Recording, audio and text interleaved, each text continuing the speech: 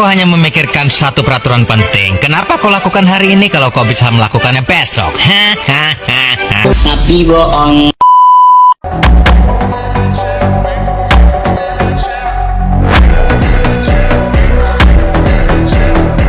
Assalamualaikum warahmatullahi wabarakatuh.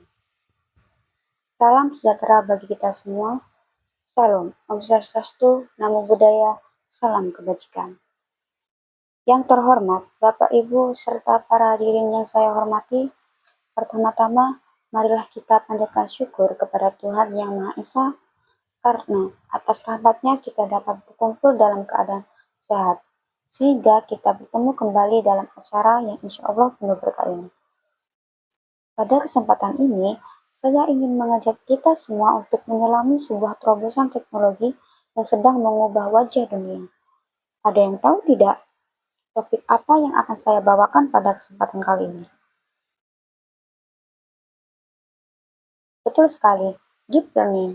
Mengapa topik ini penting? Karena di era saat ini suatu teknologi tidak lagi sekedar menjalankan perintah, tetapi mulai belajar layaknya manusia. Bahkan terkadang melebihi kemampuan kita. Sebelum membawakan pidato ini, saya pernah mengajar siswa SMA tentang dasar-dasar kecerdasan buatan. Dari pengalaman itu, saya belajar bahwa menjadi seorang guru bukan hanya menyampaikan materi, tapi juga membimbing cara berpikir. Pengalaman itulah yang menginspirasi saya hari ini untuk tidak hanya berbicara, tapi juga mengajak kita semua memahami teknologi secara bijak. Hadirin sekalian, pernahkah kalian menggunakan Google Translate? Atau mungkin menggunakan fitur pengenal wajah di handphone kalian? Semua itu bisa terjadi berkat teknologi yang disebut dengan deep learning. Tapi apa sih sebenarnya deep learning itu? Ada yang tahu tidak apa itu deep learning? Ya, deep learning adalah bagian dari machine learning, cabang dari kecerdasan buatan atau biasa disebut dengan AI. Yang membedakan deep learning dengan metode lain adalah kemampuannya untuk meniru cara kerja otak manusia dalam memproses data dan membuat keputusan. Teknologi ini menggunakan struktur yang disebut jaringan saraf tiruan yang terdiri dari banyak lapisan-lapisan sehingga disebut dengan deep. Hal tersebut disampaikan oleh ilmuwan yaitu Michael Fullan dan Geoff Scott pada tahun 2014. Menariknya, deep learning memiliki kemampuan untuk mengenali pola yang sangat kompleks, misalnya membedakan suara dan mengenali wajah seseorang, atau memahami konteks kalimat dalam bahasa manusia. Dan semakin banyak data-data yang dilatih, semakin akurat pula hasilnya. Tapi tentu saja ada tantangannya. Bayangkan, teknologi sekarang bisa mengenali gambar, menerjemahkan bahasa, bahkan menulis puisi. Hal yang dulu hanya bisa dilakukan oleh manusia, sekarang digantikan oleh teknologi. Namun hadirin sekalian, seperti dua sisi mata uang, deep learning juga membawa dampak yang bisa membangun, sekaligus membayangi masa depan kita. Lalu, apa sih dampak positif dan negatif dari deep learning itu? Dampak positifnya, pertama, deep learning telah merevolusi berbagai bidang kehidupan. Contohnya, dalam dunia kesehatan, teknologi ini mampu mendeteksi penyakit dengan tingkat akurasi yang luar biasa, bahkan melebihi dokter dalam beberapa kasus. Seperti yang disampaikan oleh Estafa dan kawan-kawan dalam jurnal Nature tahun 2019, model deep learning berhasil menganalisis citra medis dengan ketepatan yang menyaingi bahkan melampaui tenaga medis manusia. Kedua, dalam bidang pendidikan, teknologi ini membuka jalan bagi pembelajaran personal.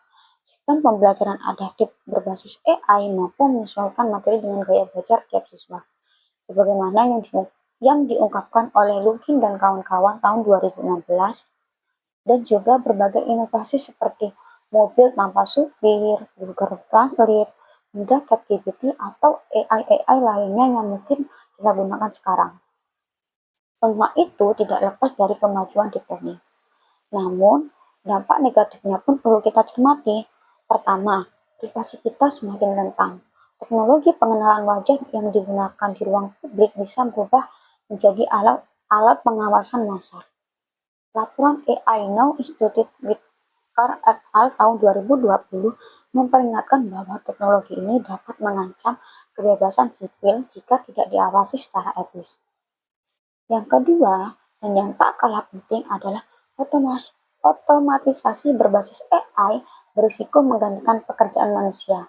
Menurut laporan Whitney Global Institute tahun 2017, pekerjaan bisa hilang akibat teknologi ini. Dan disinilah peran kita sebagai generasi muda untuk mengerti pentingnya teknologi saat ini. Dengan bagaimana mestinya, misalnya cara menggunakannya atau lain sebagainya. Lalu apa sih peran kita yang sebenarnya? Yang pertama, gunakan secara bijak deep learning untuk membangun pendidikan di masa depan. Gunakan AI sebagai alat atau media bukan untuk menggantikan cara kerja otak manusia sebagaimana mestinya. Yang kedua, kritis terhadap perkembangan AI dengan cara memegang kuat prinsip etika teknologi agar teknologi memanusiakan manusia bukan menggantikannya. Yang ketiga, manfaatkan pendekatan deep learning untuk memperluas ilmu pengetahuan dan menerapkannya di dunia nyata, serta mampu menyempurnakan proses sistem pendidikan sebagaimana yang disampaikan oleh Wakil Menteri Pendidikan Dasar dan Menengah, yaitu Bapak Atif Latiful Hajat yang menyoroti deep learning dalam pendidikan era digital. Dan solusi atau tips yang bisa saya berikan di era deep learning saat ini, yaitu saya pribadi meyakini bahwa menyikapi deep learning tidak cukup hanya paham teknologinya, tapi juga sikap kita terhadapnya. Maka, ada 3 hal yang menjadi solusi untuk menghadapi berbagai tantangan di era kemajuan deep learning saat ini, yaitu pertama, terus belajar, dan belajar. Dunia AI bergerak sangat cepat. Kalau kita berhenti belajar, maka kita akan tertinggal. Yang kedua, gunakan teknologi dengan hati nurani. Mesin bisa berpikir cepat, tapi empati hanya milik manusia, dan disitulah peran kita. Yang ketiga, mulailah dari hal-hal kecil seperti edukasi diri dan ajak keluarga sekitar untuk memahami manfaat dan risiko AI. Dan jadikan teknologi sebagai mitra, bukan ancaman. Dan dengan ketiga langkah tersebut, saya yakin kita bisa ikut membentuk masa depan yang adil dan beretika di tengah kemajuan deep learning. Para hadirin yang berbahagia, tak terasa kita sudah ada di penghujung acara. Nah, deep learning bukan lagi sekadar fiksi ilmiah. Ia telah menjadi kenyataan yang mengubah cara hidup kita, cara bekerja, dan cara berinteraksi kita. Teknologi ini bagaikan pedang bermata dua, bisa mencerdaskan tapi juga bisa menyakiti kita apabila kita tidak menggunakan dengan bijak. Maka pertanyaannya, akankah kita menjadi penonton atau justru pemain utama dalam revolusi ini? Jawabannya ada pada diri kita sendiri dan bagaimana cara kita bertindak, dan dengan bisa kita memulai hal-hal sederhana. Satu, gunakan teknologi sebagai alat bantu bukan pengganti nalar. Yang kedua, pegang teguh prinsip etika agar teknologi memanusiakan manusia. Yang ketiga, tingkatkan literasi digital agar tidak mudah terjebak oleh bias dan manipulasi. Dan yang keempat, kembangkan sikap kritis dan inovatif agar kita bukan sekedar pengguna, tapi juga pencipta. Mari kita jawab tantangan ini dengan aksi nyata, terus belajar, terus berpikir, dan terus berkarya. Bukan untuk menaklukkan mesin, tapi untuk membuat teknologi berdiri di samping kita. Demi kemaslahatan bersama. Dan ingatlah, bukan mereka yang punya teknologi yang tercanggih yang akan menang, tapi mereka yang paling bijak menggunakannya.